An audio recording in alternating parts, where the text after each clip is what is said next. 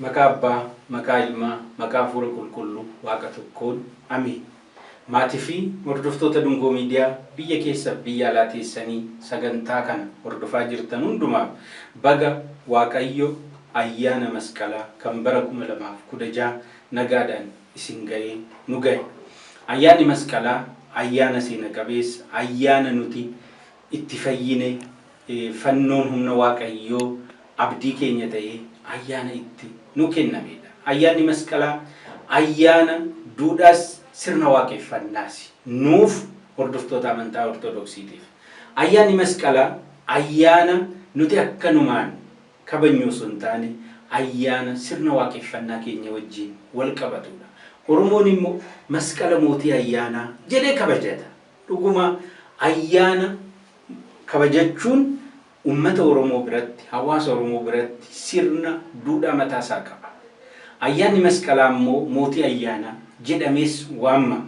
Sababa mataa isaa qaba. Hin yaadattu yoo ta'e waggaa 3 har'aa hayyuu Oromoo kan ta'an Abbaa Gadaa Bayyana Sanbatoo wajjiniin marii taasisnee turre. Haasawas taasisnee turre. Achirraa waan baay'ees qayyabattanii turtan. Duubatti deebitanii akka ilaaltanis isinan affeera. Har'aaf garuu Dungoo Miidiyaa karaa adda ta'een qophii adda addaa qopheessuudhaan ayyaana masqalaa kan bara 2016 isin wajjin kabajuuf qophii isaa xumuree kunoo istiidiyootti argamee jira. Isinis hanga dhuma nu wajjin akka turtan affeerran keenya kan kabajaati. Mee baga siniin ga'ee erga baga siniin ga'ee abbaa keenya eebbifamoo Abuna Niqoodimoos hangafa Phaaphaasii kutaa biyya lallaba Harargee baa dhaggeeffannee deebina. Turtiin keessan nu faana haa ta'u. Maqaa Abbaa, Ilmaa, Hafuura Qulqulluu, Waaqa tokkotti. Ameen. Jechi fannoo isaa warreen badaniif gowwummaa, nuyi warra amannuuf garuu humna Waaqayyooti. Tokkoffaa Qorontos boqonnaa 1:18. Duraan dursee Waaqayyo uumaan keenya yeroowwan hin darbaman jedhaman hundumaa hojii isaa ajaa'iba ta'eetiin keessa nu dabarsee bara qabannee jirru kana bara haaraa bara 2016 nu ga'eera waan ta'eedhaaf isa galateeffanna. Barri haaraa kun warreen dhukkubsatan kan itti fayyan bara fayyinaa, warreen wallolan kan itti araaraman bara araaraa, warreen gargar wal qoodanii jiran yaadaan kan tokko itti ta'an bara tokkummaa, jibbi biyya lafaa kanarraa badee nageenyi qofaan jaalalli qofaan kan keessatti lallabamu bara jaalalaa Waaqayyo nuuf haa godhu jecha baga Waaqayyo kabaja ayyaana fannoo gooftaa keenya Yesuus Kiristoos kan bara 2016tiin nagaaf jaalalaan ittiin isin ga'e. Ittaansuudhaan seenaa fannoo kanaa gaafa dubbannu fannoon gooftaa keenya Yesuus Kiristoos namoota dhibamaniif dhibee isaaniif furmaata akka ta'e, warreen jaaman ijji isaaniitti baname, warreen gooboo ta'an ol jedhanii tarree namaatiin ittiin dhaabbatanii guduunfaan rakkoo isaanii kan itti furamaa turedha. Dhibamtoonni garaa garaa, dhukkubsattoonni adda addaa ittiin yaalamuun isaanii, fayyuun isaanii, jaamaan ijji isaa fayyuun isaa kan isaan hin gammachiisne Ayhudoonni dhugaa kana dhukkaamsuudhaaf, dhugaa kana dhoksuudhaaf, dhugaa kana awwaaluudhaaf seexanni yaada akkasii kana sammuu isaanii keessatti boce. Isaanis yaadanii nafne bakkeewwan Golgotaatti argaman keessaa bakka tokkotti boolla gadi fagoo qotanii fannoo gooftaa Yesuus Kiristoos kana boolla sana keessatti awwaalan.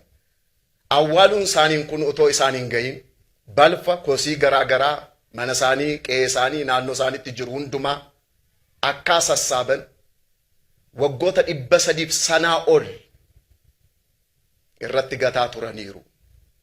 Garuu Waaqayyo waan hundumaa hojjechuudhaaf yeroo mataa isaa danda'e qaba. Akkuma qulqullichi Daawit gizee gabiir ለእግዚአብሔር jedhee dubbateecha.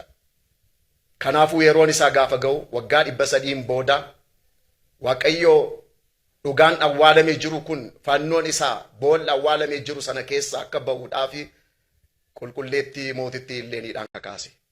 isheenis gara Yerusaalemitti gadi buutee tulluuwwan Golgootaarra jiran keessaa isa kamirratti fannoon gooftaa Yesus Kiristoos awwaalame akka jiru erga qoratteen booda damaraa damartee ixaana sanduruus jedhamu ixaana adii itti goosistee aarri ixaana kana samitti ol ba'ee lafa fannoon gooftaa keenya Yesus Kiristoos itti awwaalame jiru sanarratti dhaqee qubate.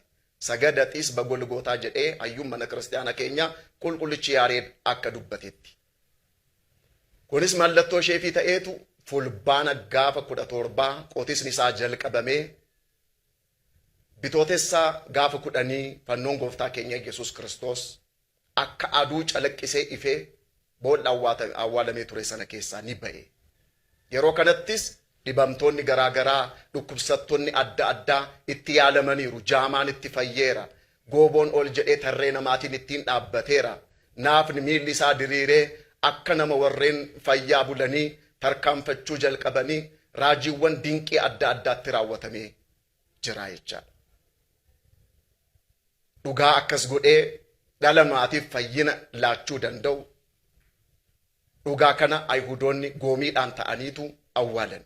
Har'as taanaan biyya keenyaaf eebba kan fiduu danda'u. Tokkummaa keenya kan ijaaruu danda'u. Jibba gidduudhaa baasee jaalala nu gidduutti dagaagsuu kan danda'u. Dhugaawwan garaagaraa nuti qabnu namoonni baay'ee miidiyaadhaanis kallattii adda addaatiin boolla gadi fagoo qotanii dhugaa keenya baay'eesaa kan awwaalaa jiran Ayhudoonni bara keenyaas lakkoofsaan hedduudha. Garuu Waaqayyotti amannee amantii guutuu Waaqayyo irratti qabna taanaan Waaqayyo yeroo isaa eeggate kanneen akka illeenii kana kaasee dhugaawwan keenya awwaalamanii jiran gargar bahuu keenyaaf otoo hin taane tokkummaa keenyaaf kan bu'aa qabeessa ta'an dhugaawwan keenya awwaalamanii jiran kana Waaqayyo baasuu akka danda'u seenaan amma dhageenye kun agarsiisa guddaadha jechaadha. Egaa akkuma beekamu fannoon gooftaa keenyaa Yesus Kiristoos ayyaana kana gaafa kabajnu ayyaani kun idil addunyaatti UNESCO irratti galmaa'ee sadarkaa addunyaatti ni kabajamaa jechaadha. Fannoon mallattoo nageenyaati. Nageenyi keenya Kiristoos fannoo irratti fannifamee dhala namaa hundaaf nagaan isiniif haa ta'u jedhee nageenya isaa isa dhugaa nuuf lallabeera waan ta'eedhaaf. Fannoon mallattoo jaalalaati. Jaalala kan ta'e Kiristoos fannoo kanarratti fannifamee lubbuu isaa otoo mararsiifatiin dabarsee nuuf laate. Lubbuu isaa fannoo kanarratti nuuf laate jaalala dhugaa daangaa jaalalaa isa dhumaa kan ittiin nutti agarsiisedha waan ta'eedhaaf. Kanaafuu ayyaana kanarratti mallattoo nageenyaa kan ta'e ayyaana fannoo kanaatiin nageenyi keenya Kiristoos ni lallabama. Mallattoo jaalalaa kan ta'e ayyaana fannoo kanaatiin jaalalli Waaqayyoo jaalalaan ni lallabama. Garuu ayyaana kana gaafa kabajnu mallattoo jaalalaa kan ta'e ayyaana fannoo kanaa gaafa kabajnu waliin keenya jaalalaa waliif qabaachuudhaan ta'uudha qaba jechaadha. Mallattoo nageenyaa kan ta'e ayyaana fannoo kanaa gaafa kabajnu tokkoon keenya waliin nagaadhaan waliin jiraachuudhaan ta'uun irra jiraata. Gaafa kana ta'e ayyaanni kun ayyaana eebbaa, ayyaana fayyinaa nuuf ta'a jechaadha. Biyya keenyaaf, addunyaa keenyaaf eebba guddaa qabaata. Barnoota guddaas irraa baranna. Namni jaalala hin qabne hiikkaan fannoo kanaa isaaf hin galle jechaadha. Namni nagaa hin barbaanne hiikkaan fannoo kanaa isaaf hin galle jechaadha. Fannoo kana ol jennee gaafa mil'annu oolmaachi irratti nuuf oolame sanatu nutti mul'ata. Inni immoo jaalaladha, inni immoo nageenyadha. Kanaafuu manni kiristaanaa keenya keessattuu guutuu mana kiristaanaa irratti fannoon gooftaa Yesus Kiristoos gubbaadha kan mul'atu. Namatu addunyaatu galuufi dide malee nagaatu ittiin lallabama. Jaalalatu ittiin lallabama. Kanaafuu tokkoon keenya ayyaana fannoo kanaa kabajna gaafa jenne waliin keenyaan jaalala qabaachuudhaa qabna jechaadha. Akka ayyaanichi ayyaana eebbaa nuuf ta'uudhaaf. Akka ayyaanichi ayyaana nagaa nuuf ta'uudhaaf waliin keenyaan nagaa qabaachuun nurra jiraata. Yoo kana hin taane hiikkaan ayyaana kanaa osoo nuuf hin galiinidha ayyaana kana kabajaa jirra jechaadha. Walumaa galatti ayyaana kana eegguu kabajnu sirbuudhaan garmalee nyaatanii sirbuudhaan garbanee dhuganii machaa'uudhaan osoo hin taane lammiiwwan keenya sa'aatii kanatti waan nyaatamu waan uffatamu dhabanii nagaa dhabanii bakka garaagaraatti rakkachaa jiran hundumaa hiyyeessota adda addaa isaan akkasii kana yaaduudhaan isaan akkasii kana yaadachuudhaan gaafa ta'u ayyaanichi biyya keenyaaf lammii keenyaaf eebba guddaa qabaata jechaadha. Egaa walumaa galatti Waaqayyo ayyaanicha ayyaana nagaa ayyaana eebbaa nuuf haa godhu. Irra deebi'een jedhaa baga Waaqayyo ayyaana fannoo gooftaa keenya Yesuus Kiristoos kan bara 2016tiin nagaaf jaalalaan ittiin isin ga'e. Ayyaana gaarii nuuf haa ta'u. Abbaa keenya eebbi keessan nurraa bulu ergaa darbe kanarraa nu warra qalbifannu yaa ta'an. Ameen. Egaa kanatti aansuudhaan obboleessi keenya faarfataan Abeel faaruu tokko nu dhiyeessee deebinee walitti dhufnaa ammallee turtiin keessan nu faana yaa ta'u. Maqaa Abbaa kan Ilmaa kan Hafuura Qulqulluu bakka tokkotti yaamannameen baga ayyaana fannoo nagaan geessan.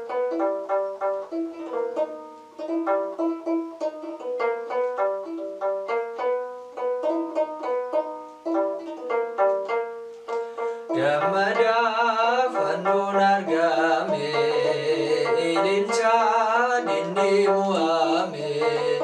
Gammada fannoon argame ililcha dinni mu'ame.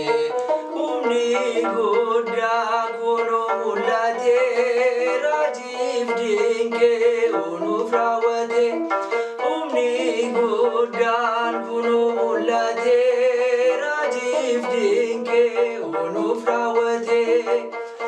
Jamanis ni lale, gobonis ni kajele, ayodone ni kanani, fanno gofta yero argani, ayodone ni kanani, fanno gofta yero argani, gammada fannoon argame. Ililcha dinni mu'ame. Gammada fannoon argame. Ililcha dinni mu'ame. Humni guddaa kunoo mul'ate raajiif dinqee nuuf raawwate. Humni guddaa kunoo mul'ate raajiif dinqee nuuf raawwate.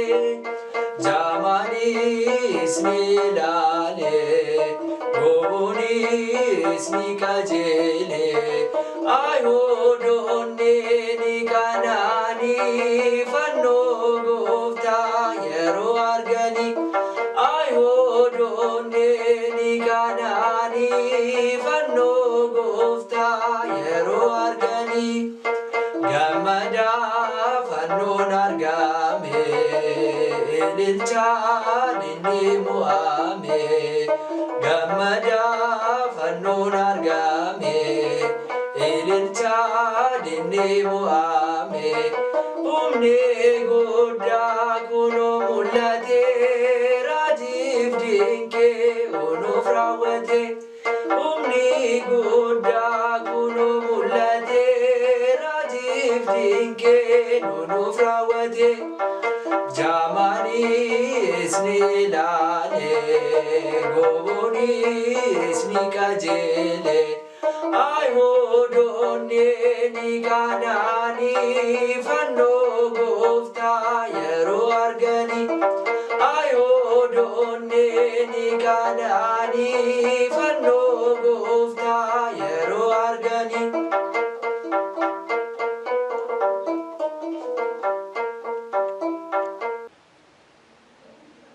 Obboleessa keenya faarfataa Abeelii fi kan immoo akkanuma kiraariidhaan nu tajaajilaa ture obboleessa keenya Waaqayyo faaruu ergamoota nuuf haa dhageessisu bara tajaajila isaanii nuuf haa eebbisu dungoo miidiyaa wajjiniin hanga dhumaa tajaajiluuf ijoollee kufanii ka'aa jiranidha. Waaqayyo umrii isaanii nuuf haa dheeressu bara tajaajila isaaniis nu haa eebbisu. Ameen. Kanatti aansuudhaan faaruu obboleewwan keenya faarfatan dhaggeeffannee deebinaa ammallee turtiin keessan sagantaa dungoo miidiyaa sagantaa addaa ayyaana masqalaa kan bara 2016 wajjin haa ta'u gara faaruutti deemna. Maqaa Abbaa kan Ilmaa kan Hafuura Qulqulluu Waaqa tokkoon Amiin. Maqaa Abbaa kan Ilmaa kan Hafuura Qulqulluu Waaqa tokkoon Amiin. maqaa Abbaa kan Ilmaa kan Hafuura Qulqulluu Waaqa tokko Ameen. Fannoo Gooftaan ifa argannee jaalala isaan bilisoomne jedheera keenya irraanfannee. Fannoo Gooftaan ifa argannee jaalala isaan bilisoomne jedheera keenya irraanfannee. Fannoon humna keenya ta'uusaa hubannee qaraaniyoo irrattis bilisummaa argannee. Jaalalli ijoollee isaa Gooftaan injifateera. Sanyiin Adaam hunduu ifattee baheera.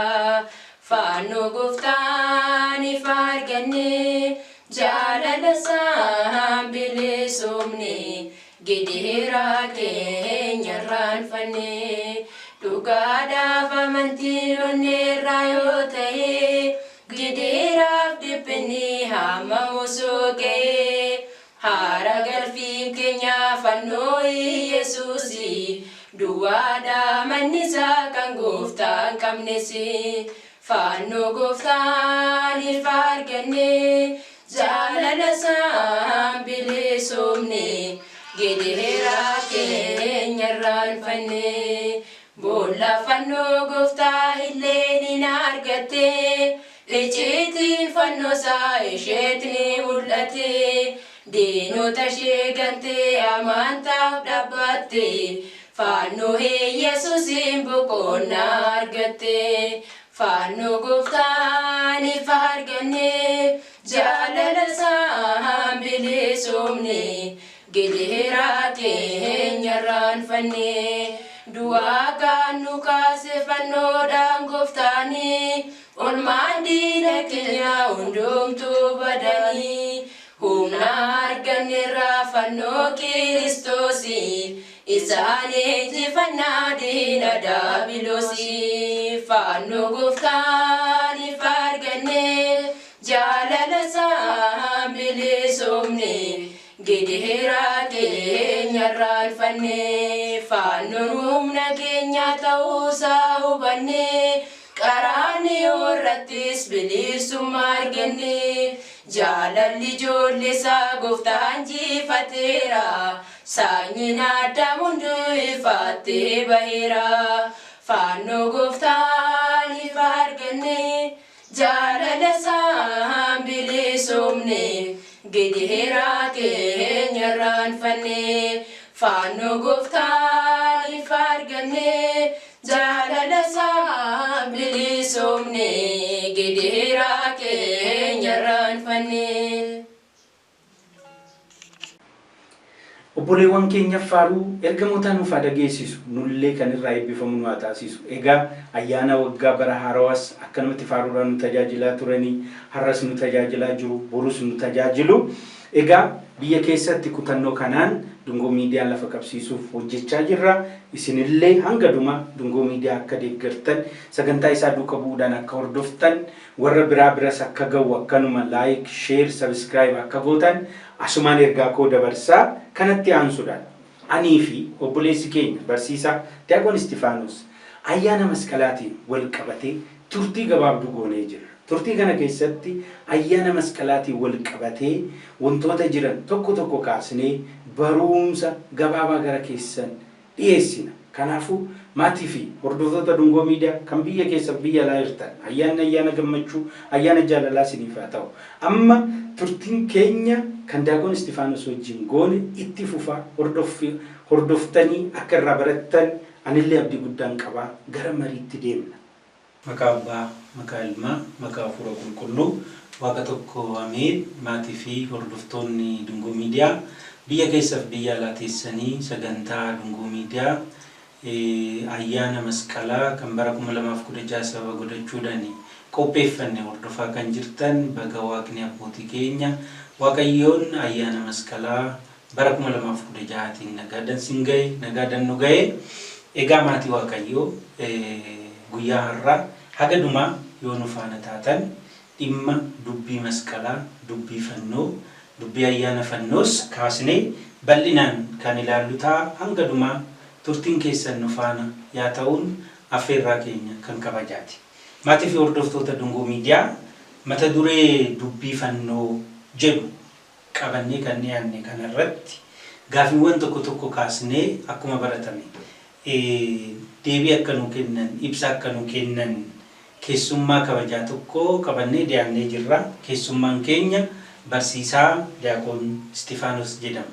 Barsiisaa Diyaaqoon Istifaanos leenjii adda addaa kennuudhaan addabaabaayii yookaan immoo awda miratii irratti lallabuudhaan gorsuudhaan obboleessa keenya yeroo dheeraa tajaajila keessattuu afaan wal qabatee jiruuf kan amaanidha. Har'a immoo iddoo keenyatti argamanii istiidiyoo Dungootti argamanii maatii fi hordoftoota Dungoo biyya keessa biyya alaa teessanii nu hordofaa jirtan kana sagalee Waaqayyoo barsiisuuf gidduu keenyatti argamanii jiranii waamicha keenyas dhagaanii gidduu keenyatti argamu isaaniitiif maqaa Dungoo Miidiyaa fi maatii Dungoo Miidiyaatiin kabaja guddaa qabna. Barsiisa baga nagaan dhuftanii baga isiniin gahe. Baga waliin geenye baga nagaan dhuftan. Galatooma barsiisaa. Egaa Waaqayyo karaa tokkoonis karaa biraatiinis ni barsiisaa. Namni qalbifatu nubatu akkuma raajichi Iyyoob jedhe manni kiristaanaa keenya sagalee Waaqayyoo sababa adda addaa uumuudhaan ni barsiisti. Karaa tokkoonis karaa biraatiinis. Sababoonni yookaan immoo karaaleen manni kiristaanaa keenya sagalee Waaqayyoo itti barsiistu keessaa tokko akkuma Waaqayyoo heeraaf seera isaa sagalee isaa hanga dhumaa eeganii jaalalaa fi qulqullummaadhaan isaaf amanaman mana isaa keessatti ilma dhiiraa fi intala dubaraa maqaa caalu yaadannoo caalu kan bara baraa akka kennuuf dubbatee jira. Sanniin keessaa tokko ayyaana. Ayyaanni yaadannoodha. Ayyaanni karaa taatee hojiin qulqullummaa hojiin hafuuraa tokko ta'ee kan itti yaadannu abbaa taatee sanirraa immoo sababa ayyaana kana ayyaaneffachuudhaan kan irraa eebbifamnu akkuma Wangeela Maatewos boqonnaa 10:41 irratti jedhe san amma ayyaana fannoo waa'ee fannoo yaadachuudhaan taatee fannoo irratti ta'e yaadachuudhaan wareegamummaa fannoodhaan kafalame san yaadachuudhaan eebba abbaa fannoo fi fannoorraa ayyaana itti argamudha. Egaa ayyaana kana yoo ayyaaneffannu seenaan ka'ee haasa'amu barannu seenaa mana kiristaanaa keessatti baay'eedha. Har'allee mana kiristaanaa keenya keessatti barumsi lallabamu barumsa seenaa fannootiin wal qabatee jirudha. Anillee maatii fi hordoftoonni Dungoo Miidiyaa irraa baratan gaafii jedhu gaafii muraasa wayii qabadhee dhiyaadheen jira. Mee jalqaba irratti barsiisa. Fannoon gooftaa keenya Yesuus Kiristoos fudhatamee akka awwaalame waggaa dheeraadhaafis akka badee hin barannaa hin ageenya. Mee asirratti fannoon gooftaa Yesuus Kiristoos tokkoffaa humna qaba. Akkuma qulqulluun Phaawulos jedhe san humna Waaqayyooti nuuf warra amannuuf warra itti amannuuf humna Waaqayyooti. Humna qaba bade maal jechuudha? Humna odoo qabu bade akkamitti bade? Eessatti bade? Bara kamis bade? Kan jedhu kanarratti oduu yaada xinnoo ishii hordoftootaaf maatii Dungoo Miidiyaatii nu qooddani. Tole galatoomaa egaa sirriidha. Fannoon gooftaan keenya Yesuus Kiristoos kiristaanota jalqabaa duratti waggoota muraasotaaf harkatti tureera. Achi booda garuu badeeti jira. Seenaan manni kiristaanaa jalqabaa keessatti barreeffamaan isaa ta'u dubbiidhaan kan himamaa ture. Waa'een baduun fannoon gooftaa keenya Yesuus Kiristoos shakkii yookaan daba warra Roomaanotaa fi Ayihudootaan wal qabateeti. Erga gooftaan keenya Yesuus Kiristoos du'aatii ka'ee booda fannoon gooftaan keenya Yesuus Kiristoos raajii gurguddaa hojjetaa tureera. Kiristaanonnis wanta guddaa raajiin irratti raawwatamu kana ittiin wal qabatee baay'ee iddoo guddaatti kennanii meeshaa itti fayyadamaa turan keessaa inni guddaan fannoo gooftaa keenya Yesuus Kiristoosidha. Naafni ni qajeelaa, jaamaan iji isaanii banamaa, inni dhukkubfatee du'aaf ka'e illee du'a isaarraa ooleeti gara mana Waaqayyootti gaafa deddeebi'u seenaan kun duraaniyyuu gooftaan keenya Yesuus Kiristoosiin Ayhudootni ni jibbu. Darbee immoo kan irratti fannifame kun hojii gurguddaa akkasii gaafa hojjetu gaafa argan keessattuu hammeenya guddaadhaan ka'anii kiristaanota harkaa butanii jedhan seenaan. Harkaa butanii dhossan awwaalan jedha. Egaa hagi kun taatee kun kan raawwatame Yerusaalem keessatti gooftaan keenyas kan du'es du'aati kan ka'es kan iddootti fannifames Golgootaan Yerusaalemidha. Egaa giddugala wantoota kana keessattuu hojii fayyisuu gooftaan keenya Yesuus Kiristoos raawwateef giddugalli Yerusaalemidha. Ayhudoonni immoo bittaa Roomaanota jala turan. Roomaanonni Ayhudota bitanii Roomaanonni bittaa sana bitan iyyuu malee hojii kiristaanotaa wajjin wal qabateen immoo ni xiyyeeffatu. Qeesaaronni bushaan hundumtuu seenaa itti kiristaanummaan itti babal'atu otoo hin ta'in karaa itti Ayhudotaa wajjin bittaa sana cimsatan barbaadu gatii ta'eef Ayhudoonni immoo jibba kana qabu taanaan deeggarsa argatu. Eenyu harkaa Roomaanota irraa deeggarsa argatu. Kanaaf harkaa butanii awwaaluu isaanii qofa otoo hin ta'in badee akkuma duukaa akka inni hafuufillee bakka badee sanatti gamoo waaqa tolfamaa akka inni waaqeffatamu godhaniillee taatee kun seenaa keessatti ni baranna. Hanga 70tti gaafa ilaallu kiristaanota harka turedha. Masqalli kun fannoon kun hanga 70 jechuun Yerusaalem jalqabatti Neerooniin amma isheen gubattutti harka turedha. Isa booda dhoksaadhaan turedha. Bara jaarraa lamma osoo nawwaalamin osoo hin gatamin otoo nawwaalamin amma jaarraa lammaffaa yookaan bara 132 hanga 134tti jeequmsi ture magaalaa Yerusaalem keessatti. Jeequmsa kanaan wal qabatee nugusni bitaa ture suni dhoksaan fannoon kun irratti awwaalame yookaan Ayhudoonni fuudhanii jara butanii awwaalanii turan. Bakka sana curuman akka inni hin baramneef gocha bakka mana tolfamaa Veneesiyaa kan jedhamu irratti ijaare gamoo guddaa. Gamoo guddaa irratti ijaare waaqa tolfamaa irratti waaqessuutti kan.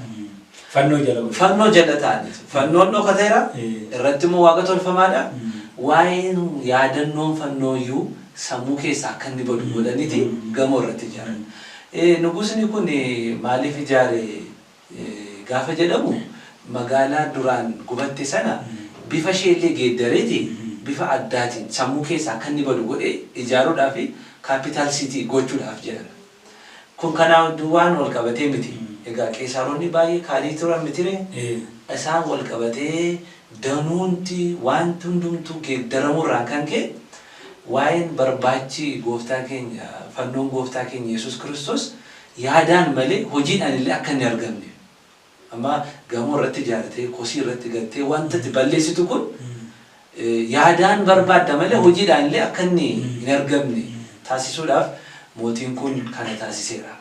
Egaa isa booda egaa barbaacha kana sammuu kiristaanotaatiin qofa malee egaa harkaan barbaaduun bakka inni awwaalame seenaa gaafatanii barbaaduun kan dhufe jaarraa afuraffaa keessa. Illeeniin gaafa ilmi ishee Konstantinos gaafa inni Konstantiniyaa yookaan har'a Istaanbul jennu biyya Turk jennu amma bara sana Konstantinoopil yookaan Konstantiniyaa jedhamti. Bara sanatti mootii ta'ee gaafa dhufu egaa gidduun kun kiristaanotaaf jaarraa jalqabaa lammaffaa hanga sadaffaa kiristaanotaaf bakka itti ari'atamanidha. Mitiitii irra jireessaan lafa irratti jiraachuu miti lafa qotanii galaa turan kataakombu kan jedhamu nageessa miti barsiisa lafa jala galaniiti. Ndaam holqa keessa fakkiin gooftaan keenya Yesuus Kiristoos hoolaa baatee gaafa inni gonfoo qoraattii kaawwate fakkiin sun eessa argame ni yaadatta taanaan bakka kiristaanonni holqa galanii balbala isaatti fakkii kana kaafatanii turan kan nu eegusa jedhanii. Egaa seenaa kana keessaa wal qabatee dubbii gidirfamuun kiristaanota irra ga'u keessatti qeesaaronni taasisan irraan kan ka'e waa'ee fannoo gooftaa keenya Yesuus Kiristoos bakka itti badee barbaachuun illee sammuu kanaaf nam kiristiyaaninni lafaa kee barbaadu tokko illee hin turre. Garuu lapheedhaan jira. Taatee inni raawwatu barumsi isa jira. Egaa Ileeniin gaafa isheen ilmi ishee erga mootii ta'e booda barbaachatti kaatee. Isa booda Konstantinoos yaadisaas bakka Yerusaalem barbaachatti deeme. Gaafa barbaachatti adeemu yeroo jalqabaatiif Ileeniin maal goote waa'ee fannoo gooftaa Yesuus Kiristoos barbaachutti kaate. Sammuudhaan miti hojiidhaan illee.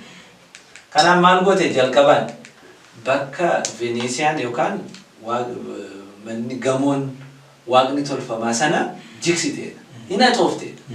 Isa haxooftee waa'ee fannoo gooftaa keenya Yesuus Kiristoos barbaachutti kaate.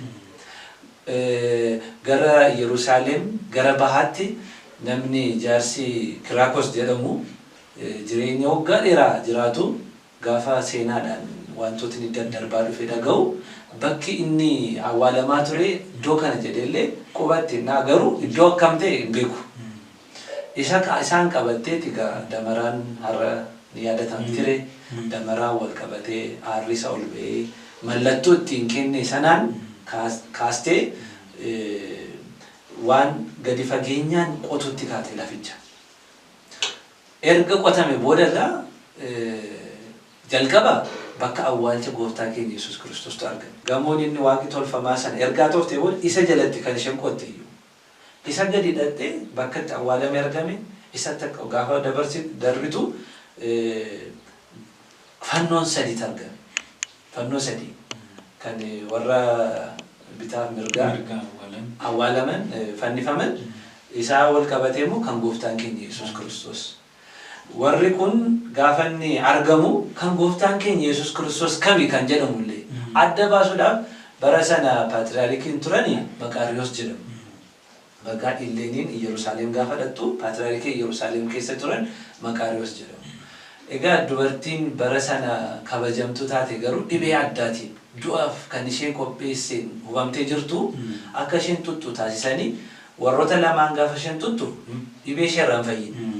Sadaffaa kan gooftaan keenya Yesuus Kiristoos irraan barame adda baafame isa tutteetti fayyite. Kana kan gooftaan keenya Yesuus Kiristoos kan jedhamu. Egaa kuni gaafa argamu adda ba'u baraan illee yoo keenye bara 326 jechuudha. Amma Niikiyaan yoomi kan taasifame 325 miti. Erga gubaa'een Niikiyaa raawwate booda waggaa sanatti aanutti fannoon gooftaan keenya Yesuus Kiristoos argame. Isa booddee kabajaan Yerusaalemii bakka sanatti Goligootaatti mana ijaartee mana kiristiyaanaa. Kan isin dhibu bakka sana Goligootaatti Beetleemitti Dabra Zayitiitti illee ijaartee mootiin Ileenii ijaartee kafana addaatiin birriirraa hojjetameeni ulfeessitee keessee garii isaa immoo kutatteeti gara Konstantiniyaatti deemtee argamsi inni jalqabaa kana fakkaata barsiisa. Amma sina bal'aadha kan yeroo gabaabaa keessatti nu kaastanii sagalee jireenyaa sina dhageessisu. Egaa godaansi fannoo yookaan immoo godaansi kiristaanotaa seenaan isaa amma yeroo tokko tokko godaanuun kiristaanotaa akka raajiitti ka'ee yeroo gungunnu hin agarra. Dubbiin isaa hiddi isaa hagas fagoo akka ta'e kiristaanonni bara kam keessatti iyyuu ni godaanu ni qoramu. Fannoon isaanis waliin qoramaa ture. Waggoottan dheeraadhaaf kan awwaalamee ture. Waaqayyo gara mootitti Ileenii kanaan fannoon kun akka argamu ta'ee jira. Amma ani asirratti gaafina ni qabu. Bara sanii namoonni hinaafarra kaanii fannoo sana awwaalanii waaqa namtolchee waaqeffachaa ba'anii dhumarra garuu ka dhugaan hin qallatti malee hin cittu. Inuma abbaan keenya eebbifamoo Abuna Niqoodimoos engadda fuula Facebook isaan irratti barreessanii turan. Kosii dhugaa dhoksee malee dhugaa dhoksee hambisuu hin dandeenye jedhanii fannoon kosiidhaan awwaalame yeroo isaan eeggate bahee har'a fayyina keenya keessatti jireenya hafuuraa keenya keessatti hojii raajii hojjechaa jira. Irraas fayyadamaa jirra. Amma seenaa jaarraa afraffaa isa bara Araaraa 70 isa bara 326 nutti haasoftan amma kun seenaa baay'ee fagoodha duubatti jechuudha. Amma jaarraa amma keessa jirru kana keessatti riilii kabaja mootittiin illeeni fannoo argatte sanii kennite fannoon amma jaarraa amma keessa jirru kana keessatti qaba. Warra kadhannaa keenya guyyaa guyyaa keessatti nu warri amannu fannoodhaan fayyina fayyines jirra. Kuni ragaa raajida. Fayyines jirra. Ni fayyinas immoo because fayyina guduunfame san cufame san fayyinee jirra. Amma immoo fayyina guduunfamne kan itti deemnu fayyina keessa raawwadhaa kan jedhame san immoo ittiin fayyina. Bataskaanni kadhannaa keenya guyyaa guyyaa keessatti dubbii fannoo ifaan teechiste. Amma ana gaafi kanatti ta'u jaarraa amma keessa jiru bara wangeelli hanga balbalaa lallabamu. Bara anis wangeela lallaba namni jedhu dachi kana guutee jiru. Bara kana keessa fannoon kabaja bara san mootitti illeeniin kenniteef san qabaama nu biratti fannoon. Nu warruma fannoodhaan fayyinee jirra. Ni fayyinas humna keenyas jennu kana biratti dabalatee kabaja kana qaba akkamitti ilaaltu barsiisa? Gaa'ee kabaja fannootiin gaafa ol ilaallu baay'een miiraan kan adeemu malee beekumsaan kan adeemu natti hin fakkaatu. Beekumsi miiraan deemuu fi miirri beekumsaan gaggeeffamu tokko miti. Yeroo baay'ee miiraan liqinfamne waa'ee dubbii fayyinaa, waa'ee dubbii fannoo dagannee jira.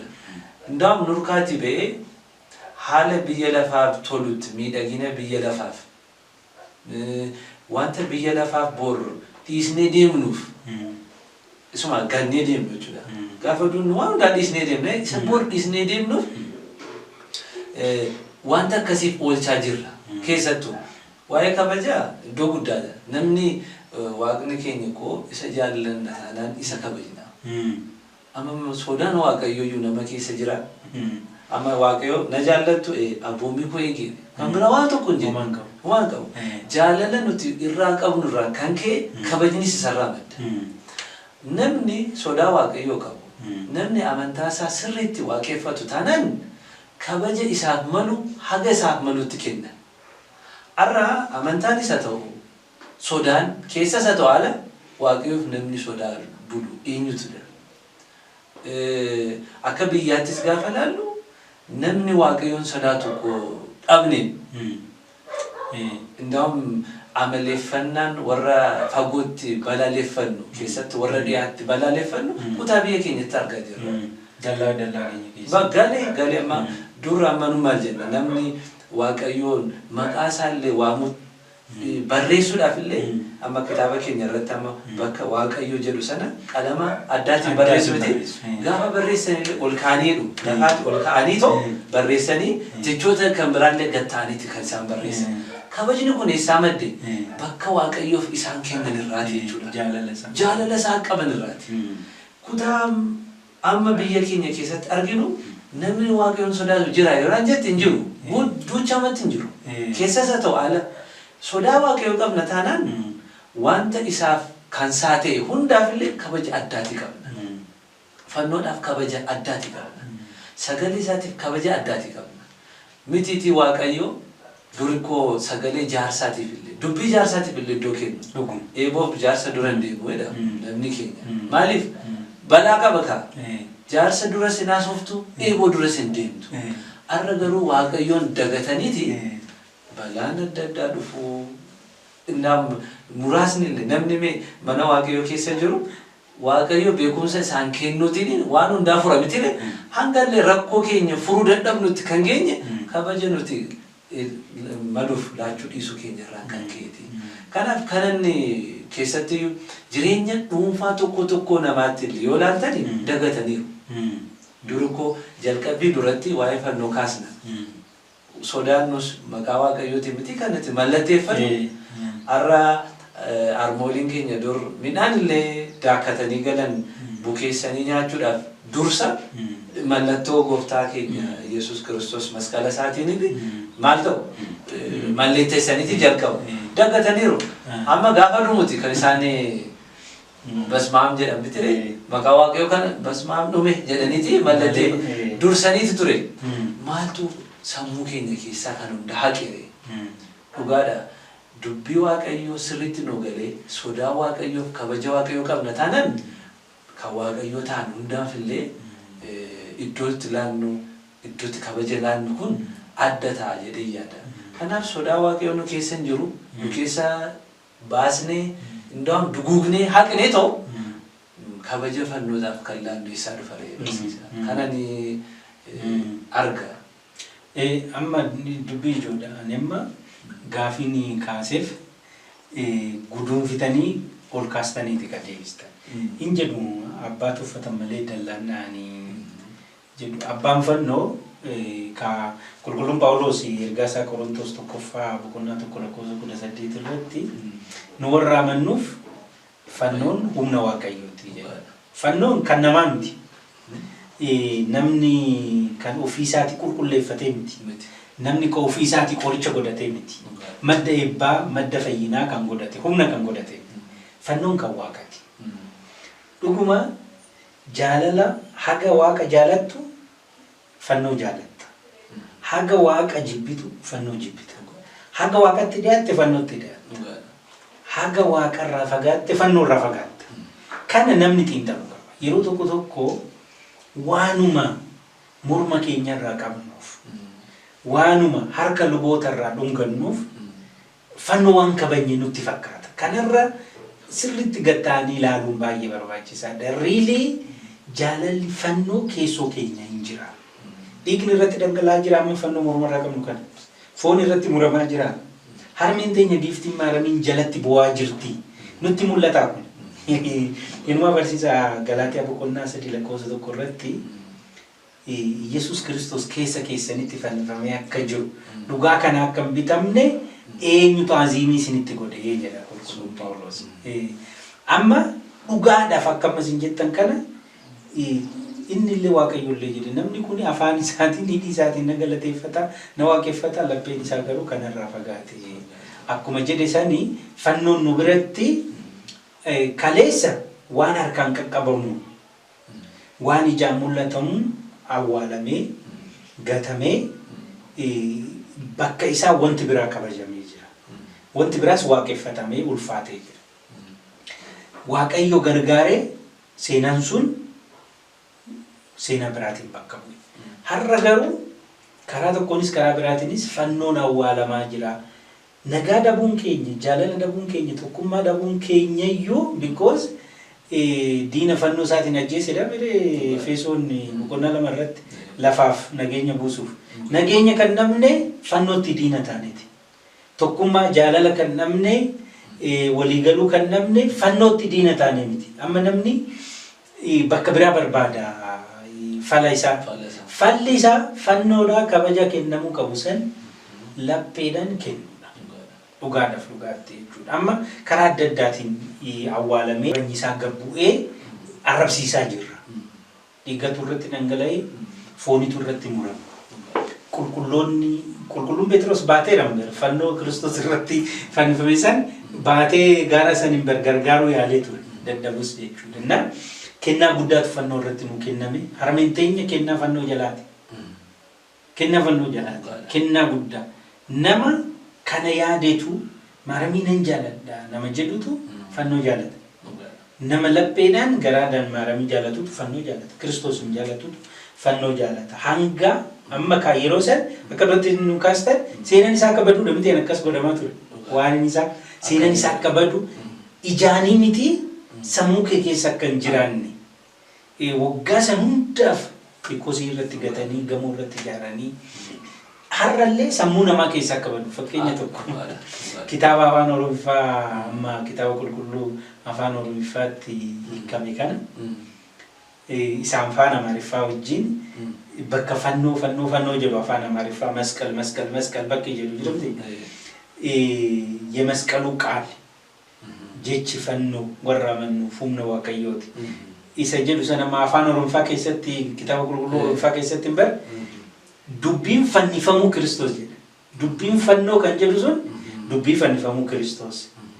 ብዙዎች ለክርስቶስ መስቀል ጠላቶች ሆነው ይመላለሳሉ ባየን ኢሳኒ ፈኖ ክርስቶስፍ ዲነታኒ ኒደብዱ ካንጀዱ ሰን ኪታባማ ኦሮሚፋ አማ ገባረ ጅሩ ካን ከዘ ባየን ኢሳኒ ፈኒፈሙ ክርስቶስፍ ፈኖ ክርስቶስናላ አብዲን ብራ ነራፈጋቱ ከንገላቲያ ጃረ ጅሩ ካን ዮሂ ካን ፈኒፈሙ ክርስቶስና ዩሲ ሰሙና ማከሰዩ ፈኖ Samuna makesa, samuna lota kesa.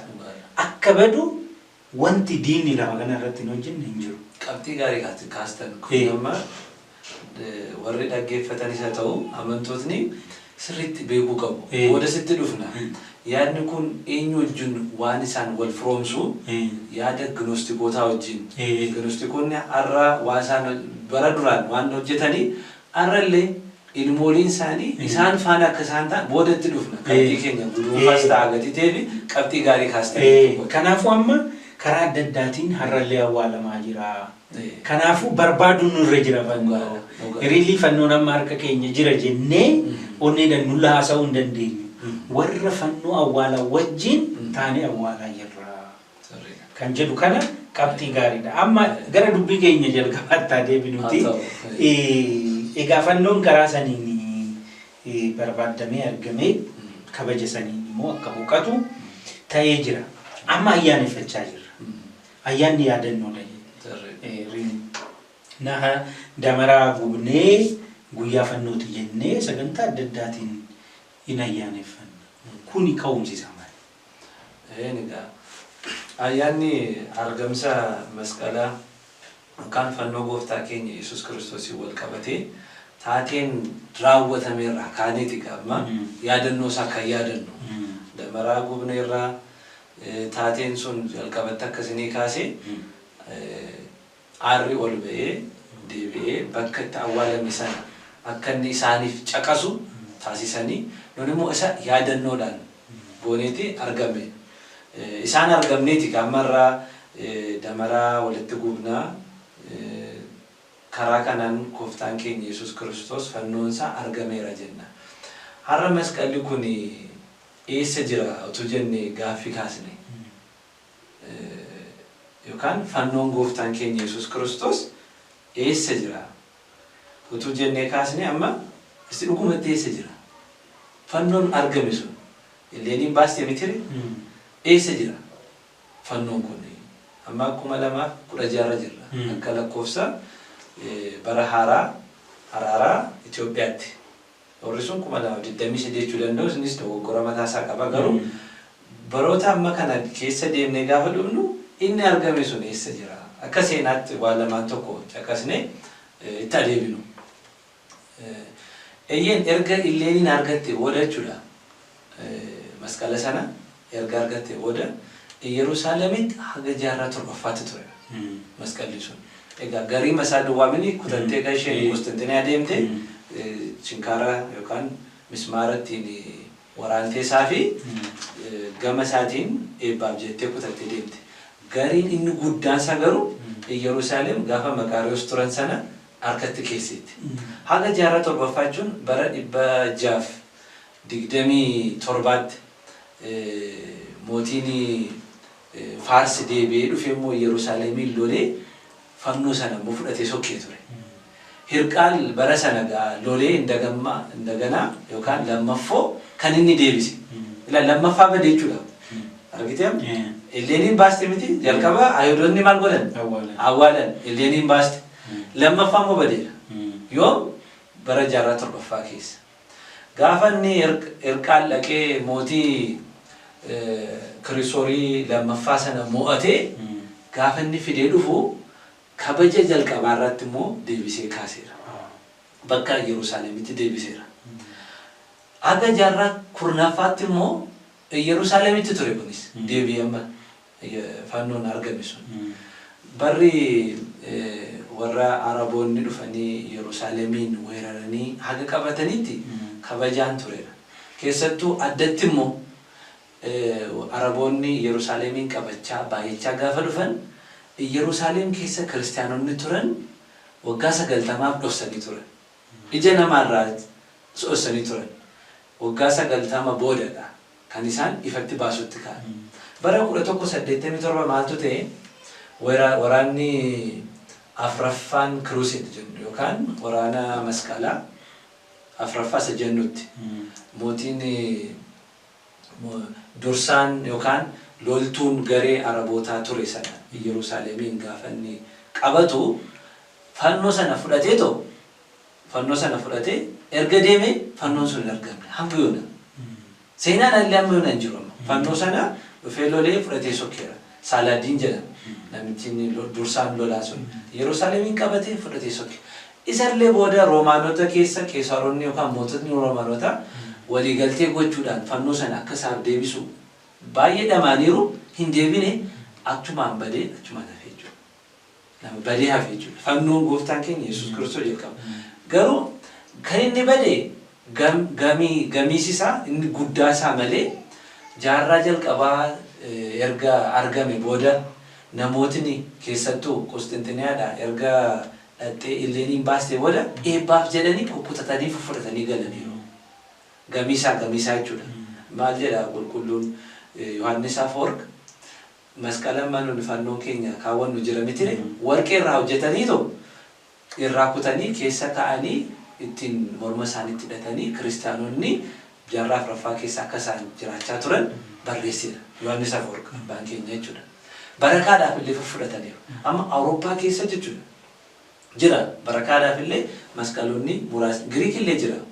Argitee taanaan waan mastawaatii xiqqoo keessa masqalii keessa fannoon gooftaa keenyaa kan awwaalame argame sanarraa fudhataniiti. Keessattuu sabbeessantaanitti fudhattee deemteerraa baay'ee kukkutataniiti. Gamiisisaa baay'een isaa jira. Ergaa kun jaarraa 11ffaa keessa yookaan 1187 erga badee booda inni guddaan gamii sun hamma lafa inni jiru hin beekamu. Egaa seenaan barreeffame dubbisne keessa hin jiru. Garuu gara kutaa biyya keenya keessaa dhufnu kabajaa ijaan wal qabate haala itti kaafamu. Egaa karaa harka mirgaatiin jiru sun kutaa biyya keenya keessa jira jechaa jirra. Eeyyes jira. Haala akkamitiin dhufee kabajni kunis haala akkamitiin gaggeeffamaa ture kan jedhu seenaatiin akka ilaallufani maaltu ture jaarraa 15ffaa keessattuu 14 kaasee seenaan maaltu ka'a bara mootiin Seef Yaared jedhamu sunii fi gama sultaanota Gibsi gidduu loliisi guddaan jiru. Keessattuu Abbayin wal qabate. Amma Abbayin ammayyuu nuun hafne bitire waliigaltee guddaa keessa jirra. Isaan wal qabatee akka isaan walii galanii fi waraanattis akka hin deemnee fi Paatriyaarikiin Yerusaalem irra ture Yohaannis gamee Gibsiidhaan Misiraan jiranii fi gama warra Itoophiyaadhaan jiran walii galchuudhaaf gaafa isaan dhufan mootiin biyya keenya keessa ture mootii Atsee Daawit jedhamu. Isaan wajjin wal argan. Gaafa isaan wal arganii walii galteedhaan kaan Yohaannis Paatriyaarikii Yohaannisiidhaan maal jedhanii mootiin kuni masqala gooftaa keenya Yesuus Kiristoosiin naaf ergeedhani Yerusaalemiidhaan. Egaa karaa harka mirgaatiin kan jiru sana erganii. Isni dhufee kutaa biyya keenya keessa galee isaanis karaattis du'aniiru jedhama. Sudaanuma irratti du'anii kutaa keenya keessa galee bara Atsee Zara Yaaqoob sana ga'a. Har'a gisheen jenna bitire gisheen dabra karbee yookaan tabba gisheeniin suni bifa fannoo qaba. Gubbaarratti gadi gaafa laaltu. Gubbaarra baanii. Gubbaarra gaarachi gada. Bifa sanaan iddoo sanatti akka inni taa'u kan taasise keessa Atsee Zara Yaaqoobiidha. Bara sanaatti kaasee kutaa biyya keenya keessa jira jechuudha. Kamtu masqalli karaa harka mirgaatiin gama isaatiin kan jiru jechuudha. Kan inni fannifame. Kan gooftaan keenya Yesuus Kiristoos irratti fannifame biyya keenya keessa jira. Amma barsiisaa asitti waan tokko taajjabuu hin dandeenya. Fannoomti dhugaan kan gooftaan keenya Yesuus Kiristoos dhiigi isaa irratti dhangala'e biyya keenya keessa jira. Namni garuu amma kana waama gurraan dhagee illatti hin fakkaatu. Dagateeras waan baay'ees immoo irratti kaasuu danda'a fakkii maaliif amma yeroo san kiristaanummaan Itoophiyaa keessa qofaa miti kan jiru miti maaliif gara Itoophiyaa dhufe yeroo san humna waraanaa cimaa waan qabnuuf moo because biyyoonni humna waraanaa caalaa cimaa qaban kan kiristaanonni baay'een keessa jiranis jiru addunyaa maaliif biyya keenya dhufe humna maaliitiin fidan sababa maaliitiif dhufe jiraachuu isaa qofa osoo hin ta'in kunniin illee barsilaa odoo wajjin namni sammuu qulqulluudhaan yaade bakka lamkeen deemtu fardi wallaalu jedhamte Oromoon fannoon kun maaliif Itoophiyaa dhufe beekna maaliif Itoophiyaa dhufe really Itoophiyaan waaqa biratti waan baay'ee kaasuu dandeenya adaati Itoophiyaan keenya maalamni jenna arrandaam namoota sammuudhaan godaananiif kun barumsa guddaadha as taa'ee kan godaane jira baay'eetu jira malee hojiidhaan illee hanqate taa'ee kan biyya lafaa kan biyya diidaa duwwaa abjuudhaan ilaalu baay'eetu jira indaa utuma nutu amma keessattuu yume fannoon gooftaan keenya addana jiraachuu isaatiin diinna kan jennu seexanni hagam akka inni nu lolu beekuu qabna yin ka amma sanin bira nu lola fiduu dinne nuti amma qorumsa xiqqoodhaan maal taana abdii kutan qorumsa xiqqoodhaan amma kiristiyaanonni bakka ari'aman kana taane fannoo gatii baanneef jennee yaaduu qabna gatii fannoo qabnuuf qoramna Itoophiyaa keessatti illee kiristiyaanonni haala dubbii isaan keessa jiraachaa jiran kana xiigeeffatanii ilaaluun qaban wareegamummaadhaan ilmummaa gooftaa keenya Yesuus Kiristoosiin mirkaneessaa jira amma kan Waaqayyo erga taane waan inni illee abiddaan qorameera warqeen illee gubateeti kan adda ba'e nuti illee ijoollummaa Waaqayyoo qabaachuu keenyaan akkas qoramaa jirra baay'ee gooftaa keenya Yesuus Kiristoos kan inni kaa'ee kan inni barsiise darbii darboodhaan kan arganne kan qabattee jirtu Itoophiyaadha. Right. Amma bada yeroo tokko ammoo waan gaarii kaastan link gochuu dadhabna. Nuyi yeroo hundumaa qormaan yoo nu qunnamu directly gara jireenya foonii keenyatti waan finnuuf wanti caalaan nutti mul'atu hin jiru. Biyyoonni moorii fargoonu immoo fakkeenyaaf Ameerikaan akka nagaa qabdutti biyyoonni Awurooppaa kun nagaa qabu garas baqannaa Maltaanaa really saniinfaa rifargoon amma seexannaaf diinaa miti jarri jaalleedha hojii masaa completely amma inumaa bajeta godhanii teekinooloojii kalaqanii nama itti ramadanii hojii seexanni am sure boqonnaarra jira biyya san irri wal fuudhee kanaaf dhalli wal fuudhee seeraaf heera isaaniitti galchanii amma bakka gooftaan keenya abiddaan gubanii sababii kana faallaa kana heera godhanii biyya jiran maal goone yaadaan rabetu akka gannataatti bakka qorumsi hin jirre biyya seexanni boqonnaarra jiru nuyi akka waan nagaa qabu akka waan hunda qabutti ilaalla seexanni bakka sanitti hojii isaa xumuree jira hojii hojjechuu qabu ilma namaa bakka san jiru yeroo tokko kan hojjetu namoonni tokko keessa jiru waan ta'eef namoonni tokko hojii isaa kan morman defend kan godha waan jiruuf Ameerikaa yeroo tokko ibiddaan yeroo tokko maaliin hin jiramte qormaanni suni for that matter kiristaanota achi jiraniif qormaanni kiristaanaaf malee nama kiristaanaaf hin taane maaliif dhufa qormaanni biyya lafaa jaallatee maal si godha akkuma jaallate eeyyee biyya lafaatti miti nuun jedhe Waaqayyo isin gartuu biyya lafaa miti kan kooti nuun jedhe tire erga Waaqayyoon biyya lafaa akka kana goote nuun immoo kana caalaa wanti nuun taane maal link godha amma fannoodhaan lolaa akka inni jiru taabota tsiyoon Aksuum hin jiru lolaa akka inni jiru yaaduu qabna yoo qormaata qoramtu wajji link ngoone already karaan ati qormaata keessaa ba'uuf deemtu completely dogongora ta'a completely fannoodhaan lolaa jira akkasii taabota tsiyooniin lolaa jira fannoonis hin injifata hin booji'ama eeyyeen hin booji'ama taabonni tsiyoon hin booji'amte eeyyeen hin booji'amte yoo maali yoo jenne kiristaanonni karaa hin taanerra yoo deeman akka bara luba Eelii taabonni tsiyoon hin booji'amte fannoon kunis hin booji'ama kan laphee dhiibnee ittiin boonnu miti haga kabaja fannoo kanaa malu haga jaalala fannoo kanaa malu hin qabaanne mana fannoon keessa jirutti cubbuu hojjenna yoo ta'e akkuma taabonni Tsiyoon Filistiimotaan boojjamte san fannoon kunis hin deemu. Amma fannoon biyya keenya keessa jiraachuun isaa ani numa mala sodaadhase. Akka kunoo Filistiimota taabota Tsiyoon booji'anii waaqa namtolchee isaanii jalaa baballeessitee nurra baasa taabota tana jedhanii iyyansan ani ka sodaadhu maal seete barsiisa. Dhumarra fannoo kana nurra baasaa akka hin jenneen sodaadha. Karaan irra deemaa jiru kompiliitilii dogongora waan ta'eef. Nuyi qoramaa kan jirru saba ijoollee fannoo taaneef. Kanaan yaadu qabu.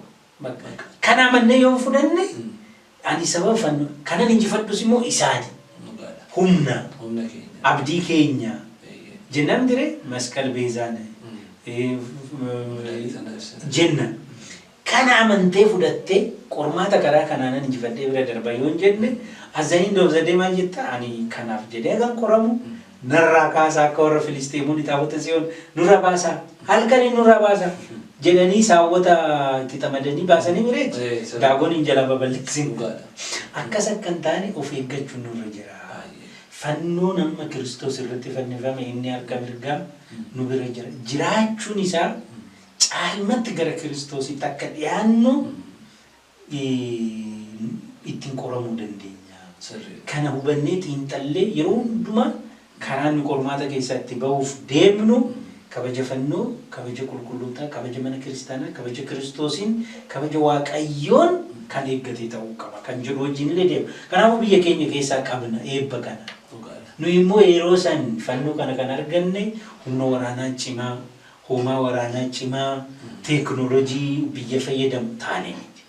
Kuni fedhii fi jaalala abbaa fannoo kan Waaqayyootiin kan ta'edha. Saniif argan. Sodaan namne kabajaan argan. Sodaan namne kabajaan kan argamne fannoo santu akkas ta'u barbaadan. Sirrii. Amma ko kabajni ayyaanni kun kanarra yaada kanarraati malee. Amma mee ayyaanota nuti amantaa keessatti kabajnu maddi isaa maayini bu'uura amantii qaba miti. Amantiin maa of keessaa qaba. Malee jennee sammuudhaan kalaqni gadi baasneef miti. Humna keenya kan ta'e erga barree diina humna kanaatiin kan mo'ame immoo jira. Eenyu? Seexana. Fannoo irratti kan mo'ame eenyudha? Seexanadha. Kan laayyee seexanadha. Seexanni immoo haga kana hin ciisaarenuuf akkamitti hin ciisu. Nuti immoo guddanneeti argamuuti malla malee arra sammuu keenyaan brain wash wantoota nu godhaniin booji'amuu hin qabnu.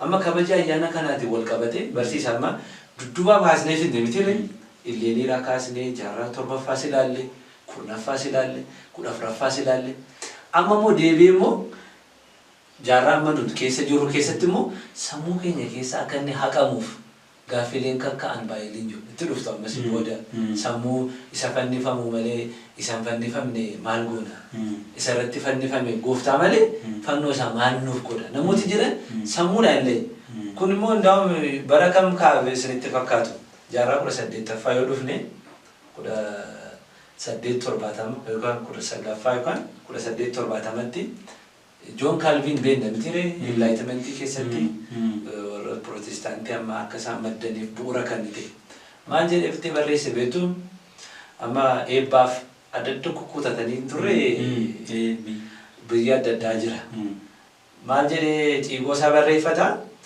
haga ammaatti biyya kutaa adda addaatti masqalli yookaan fannoon adda babeekuun utuu guurame markabni tokko illee san danda'u.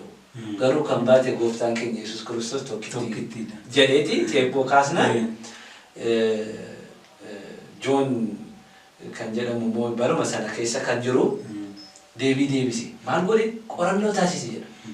Qorannoo kan inni taasise eessa jira jedhee kaataaloogii eenyu bira eenyu hagamtu jira. Fannoonni jalqabaa kiiloogiraama 75 haga kana ga'a kan gooftaan keenya Yesuus Kiristoos baateenna. Meetir kubiidhaan gaafa kaa'u immoo naannoo 178 meetir kubiinsa. Gaafa inni kaataaloogiidhaan sassaabee maal jedhu immoo kan inni bakka adda addaatti barakataaf eebbaan jiru waaqa 0.04 jedha. Isa 178 irraa isheen hanqate sun 174 badee isheen hanqate sana jechuudha. Afran sana duwwaatu argame jira. Isanni amma loojikii maal gochuu barbaadaa sammuu namaa keessa waa'ee kabaja fannoo akka inni badu arrama dargaggoo keenya keessa hin jiru kun yoo ilaaltanitti ta'e geetii maaf kaawwatama amantiin irra hin jiru amma sansalata guddaa akka isa warra sirbitootni jiru sirbitoota biyya diidaa kan kaagan fannoo kana akka mallattoo miidhaginaatiif amantiitti miti laa bu'uurri isaanii miidhaginadha. Nuun garuu bu'uura amantii qaba jechaa jirra. Yaa dargaggoo dhagahi.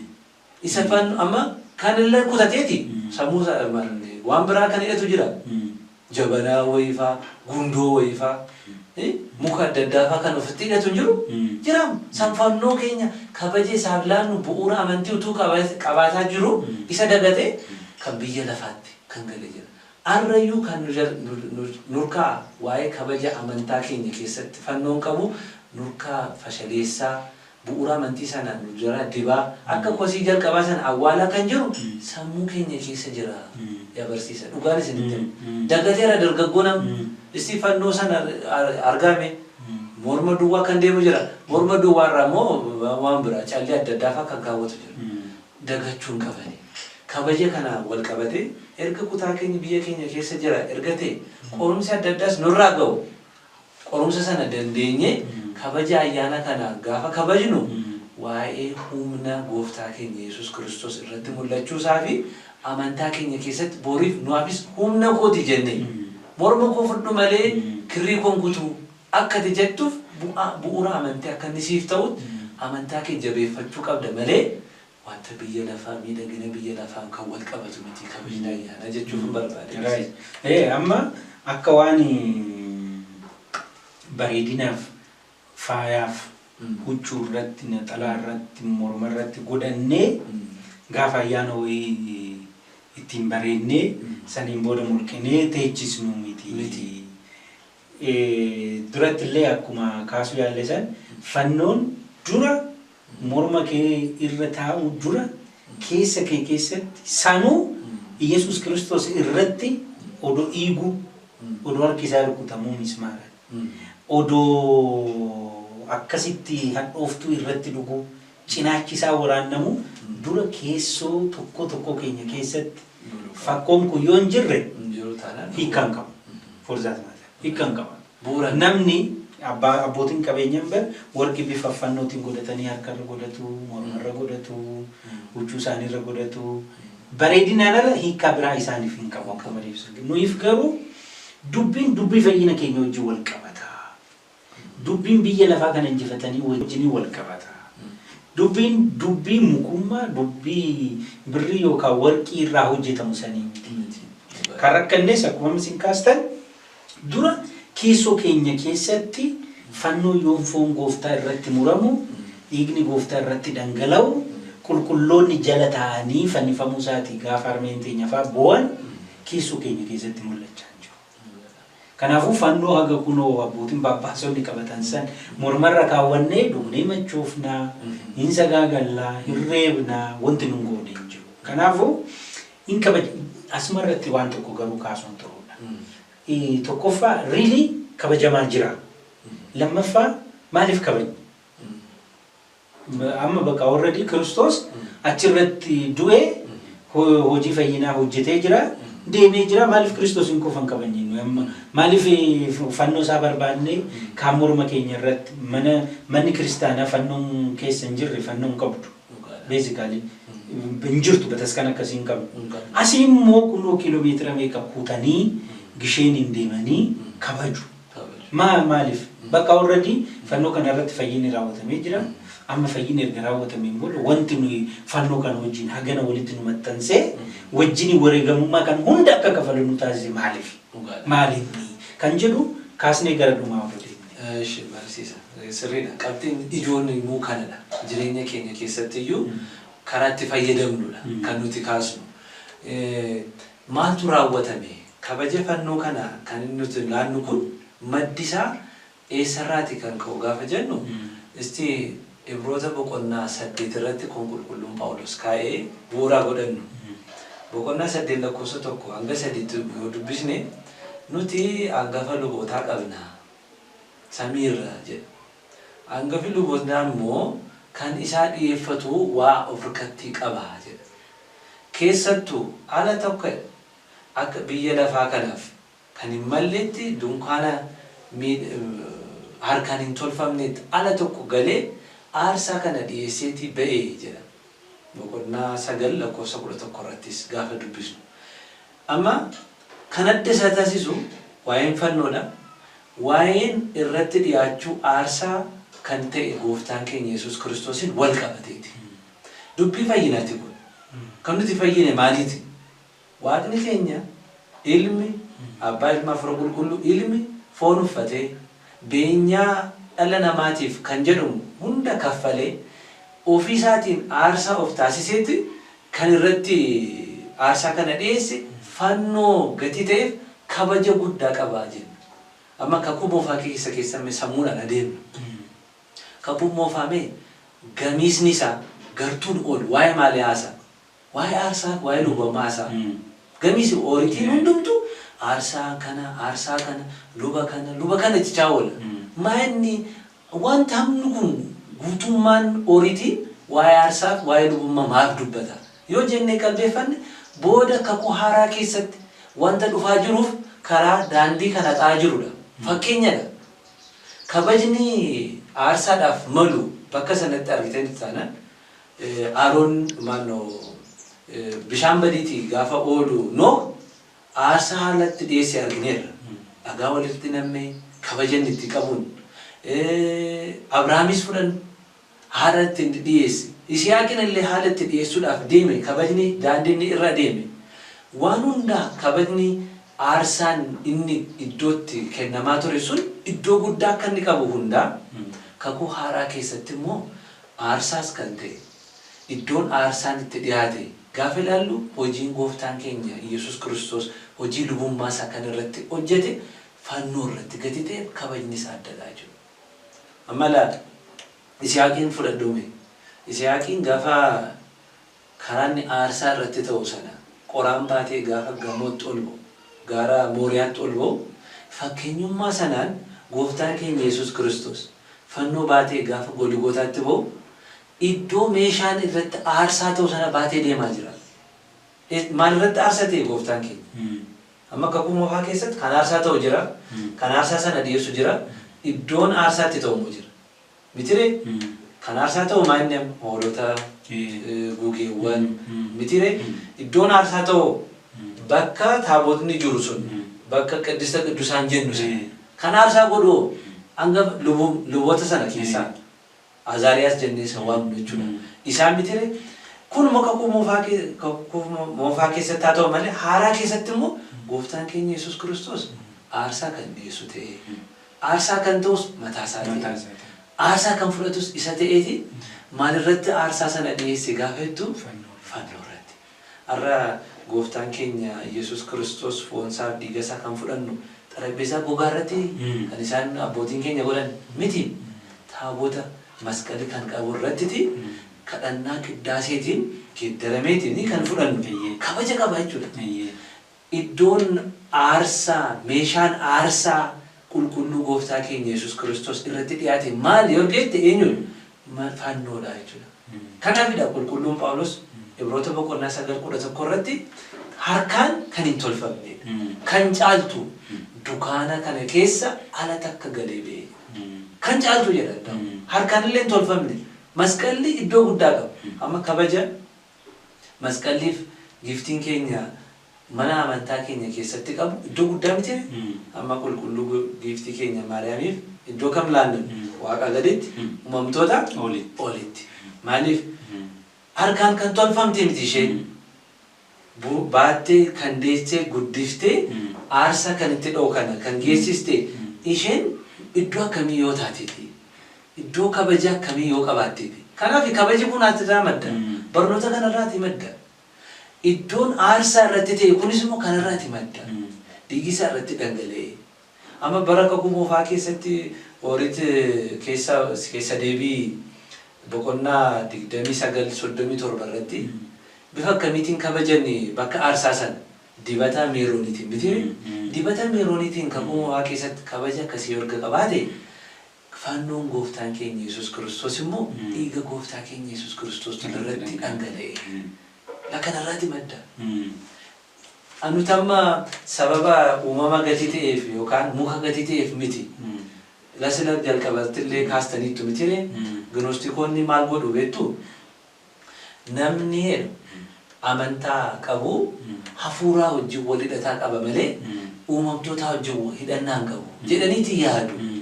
Kanaaf ciigeeffatu maateeriyaalii kanafaa muka keessattuu gooftaa keenya Yesuus Kiristoos illee kan isaan jibban maaliin beektu fooniin uffatee dhufe foon kun uumama hin barbaachisu jedhanii ilaalan yaada akkasii qabu. Namootni yaada akkasiitiin bitaman illee arrallee jiru. Karuma fayyina isaatu daangessu barbaadu. Daangeessaniin amma gooftaan keenya erga nama hin taane nama ta'ee nuuf aarsaa beenyaan kaffalu ta'e fayyinni keenya isaa madda. Foon uffachuu isaa ciigeeffatu eenyu gnoostikoonni. Arramu karaan itti fayyina raawwate aarsaa ta'e fannoo kana sirna uumamaatiin wal qabsiisaniiti ciigeeffatu. Arras ciigeeffatu. Kabajni isaa mukarraati miti. Erga gooftaan keenya hojii fayyinaa irratti raawwate amantaadhaan erga waliin kabaja guddaa qaba jennati. Kanaati kabajna. Dhuguma barsiisan yaada baay'ee kaasnee marii baay'ee guddaa gaggeessine sagalee jireenyaa sirna dhageessisu. Dubbii fannoo daqiiqaa haganaa kana keessatti haasofnee xumuruus hin dandeenyu. Garuu ayyaana fannoo waan ta'eef ayyaana ayyaantuutu argatan kan Oromooti. Carraa arganne ayyaana kana nuti kabajaa jirra. Erga kabajuun keenya noolli immoo sababa isaa waan tokko kaasnee waan at least boru dubbisuuf boru gaafachuuf bu'uura ta'uudha. Yaada bu'uura bal'aadha kan nu keessanii dhaggeeffattoonni keenya illee kana bu'uura godhatanii immoo bal'inaan kan itti dubbisan kan itti gaafatan akka ta'u abdii guddaan qaba. Barumsa bal'aadha kan baranne. Egaa saabbaan gaafa cabsee olaan ija jaamsaa akkuma jedhame san nuti kabaja nuu galee nu ijoollee fannoo kan ittiin fayyine kan ittiin fayyinu taanee kabaja nu kenninu tu murteessa fannoon akka kabajamu. Hojiin keessan akkanumatti hunduma biratti fuulduratti yaa'ifu abbaa keessan samiirra jiru san akka galateeffatan waaqeffatan akkuma Maatiyos jedhe sanii har'a fannoon akka kabajamu ulfinni fannoo bakka ganamaatti akka deebi'u yoo barbaachise dubbiin nu bira jira. Nuyi fannoodhaaf kabaja barbaachisu san onnee irra laphee keenya irraa kennuu qabna. Kun muree gatee jira. Muree waan gateef inni kabajuu qaba jennee kabaja isarraa fannoodha barbaaduun sirriitti. Kanaafuu dhumarratti fannoon humna waaqayyooti ittiin fayyinaa abdii keenya inni abdannee jirra. Isaan wanni baay'een ani hin herreegamne nu ta'ee jira. Waggaa har'aa immoo nama deebii ayyaaneffatu waaqayyo nu haa taasisu. Hordoftootaaf maatii Dungoo Miidiyaa egaa barsiisaan keenya Diyaaqoon Istifaanos gidduu keenyatti argamanii waan baay'ee nu qoodanii nu barsiisanii jiru. Waaqayyo sagalee jireenyaa isaan dhageessisu. Nullee biyya keessaaf biyya alaa teenyee Dungoo Miidiyaa kan hordofaa jirru hambaranne kan nageenye kanaan firii 60 60 isaa ol kan buufatu nu haa taasisu. Ayyaana gaarii, ayyaana gammachuu, ayyaana jaalalaa isiniif haa ta'u. Hora bulaa sagantaa Dungoo Miidiyaa ittaan wajjin turtii gaarii isiniif haa ta'u. Nagaatti. Egaa barsiisaa keenya Diyaaqoon Istifaanos waaqayyo sagalee jireenyaa si haa dhageessisu. Umrii dheeraa fayyaa wajjin mana kiristaanaas itti tajaajilu waaqayyo yaa kennuuf. Isinis marii gabaabaa Diyaaqoon Istifaanos wajjin goone dhaggeeffattanii jirtu. Irraas qayyabattanii jirtu. Kan dhageessan kanaan firii 30 60 ibbaaf isaa ol immoo akka buufattan waaqayyo hunduma keenya gargaaru. Kuni Dungoo Miidiyaa sagantaa addaa ayyaana masqalaa kan bara 2016 ani sagantaa kana qopheessee simbiraan gahaa kanan jiru immoo Nugusee Girmaatii Bishoofturraa. Kanatti aansuudhaan faaruu tokko ammallee obboleewwan keenya nu faarfatu. Egaa nyaanni nu qopheessine baay'eedha. Nyaachuun kan keessanii, dhugaatiin nu qopheessine baay'eedha. Dhuguun kan keessanii dhaggeeffannee deebinaa. Ammallee turtiin keessan nu faana yaa ta'u gara faaruutti deebina. Fayyisa addunyaa mootii mootota dorgomaa Durgumaan qabu baraan jiraata. Fayyisa addunyaa mootii moototaa durgumaan qabu baraan jiraata. Jirma wayiiniiti fayyisa addunyaa nyaata jireenyaati. Fayyisa addunyaa barsiisa dhugaati. Fayyisa addunyaa ifa addunyaati.